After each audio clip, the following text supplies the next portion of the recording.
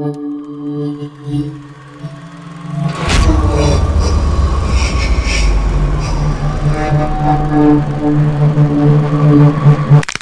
back and get comfortable. I have a few stories to share with you. When my wife and I first got married, we were not the best neighbors.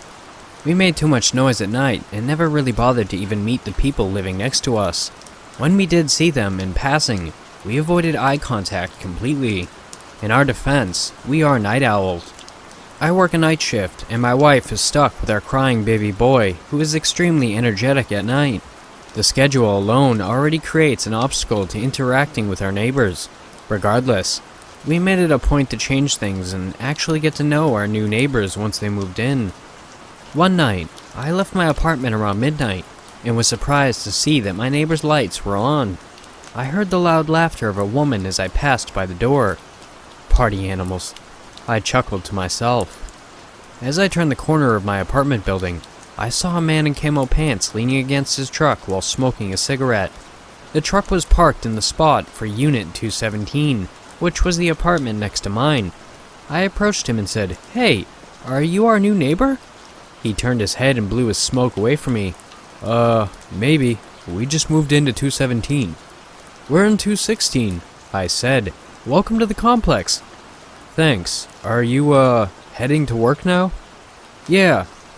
I swung my lanyard around my fingers. I work nights. Whoa, I work night shift too. Oh yeah? What do you do? Taxidermy, he said. It's a family business kind of thing. Ah, that explains all your hunting gear. You like to hunt? He asked, as he threw his cigarette on the asphalt and stomped it in. My parents used to take me, but I haven't been in years. Shame. Well, I mean, if you ever want to go, just hit me up. I'll try to squeeze in some sessions on the weekends or between shifts. Alright, I'll let you know. Anyway, I'd better... So, what do you do? He asked. Oh, I work at a funeral home in town. Damn, embalming dead bodies, huh? Yeah, it's a job. I've grown to love it over time, though. It's funny, now that I think about it. It's not all that different from taxidermy. But, I gotta say, dead animals are not as scary as dead people. True, I replied. When it's a person, it hits closer to home. It just takes some getting used to, like any new job. He grunted. Well, we should get together for breakfast or brunch sometime. It would be fun to get to know our neighbors for once. I feel the same way. It's usually so awkward talking to neighbors these days. Goddamn Zoomers, am I right? We both laughed.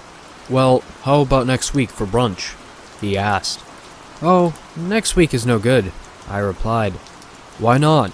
I paused and thought it was annoying for him to ask for a reason, but I didn't want to be rude or back out at this point. It's just that my wife's really regular, and you don't want to be around her at that time of the month. He laughed hysterically, and I grinned. You're funny, he said. It's weird. I always imagined morticians as monster mash types or something. I gave a fake chuckle. Speaking of which, I better get back to work. Of course. Sorry I held you up, man. No, it's totally fine. How about we do brunch after our shifts today? We can keep it light. For sure. My wife and I are excited to meet your family. Would it be okay to do it at your place? Our place is still a mess from unpacking. Sure, I answered. We'll make pancakes. I started walking away, eager to leave the conversation. Hey! He yelled to my back. Don't forget your cooler!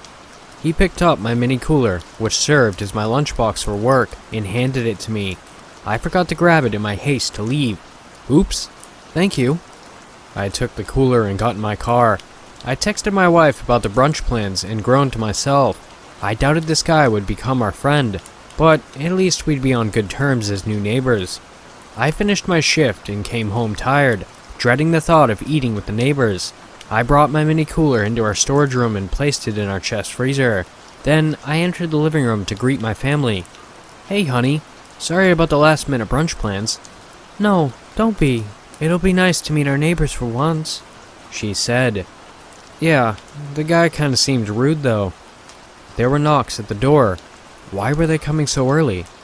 I stepped over my infant son, who was crawling on our living room floor and giggling. I took a deep breath and smiled. I was lucky to have such a great family. This brunch would fly by in an instant. I opened the door for our neighbors, who came in with big smiles on their faces. The woman saw my son and freaked out. "Your baby is so cute!" She bent down to his level, and my son smiled back at her. Weird, when she crouched down, I could see a concealed holster outlined under her shirt. "Nice place you got here." He smelled the air. "You got a dog?" "Nope, just this little guy." I pointed to my son. "I think the previous owners had dogs." "Ah," he said. "Well, how about a tour? We want to get the idea of how to decorate our rooms." "Sorry, man, the other rooms aren't prepared." "It can't be that bad," he said as he started towards the hallway. "No." I grabbed his shoulder and held it, staring him down firmly. I could feel anger building up and making my blood boil. He shrugged my hand away and played it off with a laugh. "All right, no big deal," he said. His wife and my wife were talking happily while I was fuming. We walked to our dining table and sat down. "Coffee?" my wife offered. She saw my face and knew I was angry. "I'd love some," our neighbor said. My wife brought out mugs for all of us and put the coffee pot in the middle of the table with cream and sugar nearby. She returned to the kitchen and continued talking and laughing with the neighbor's wife. My rage curled my hands into fists, and I tuned out the laughter coming from the kitchen. "So, how old's your son?" he asked. "He's 100, I said bluntly. 100 days? He smiled sarcastically. I could have punched his face right then. "How was your shift at the funeral place?" he continued, smiling. I said nothing in response. He continued, "I did some research on that place. Really interesting services you offer.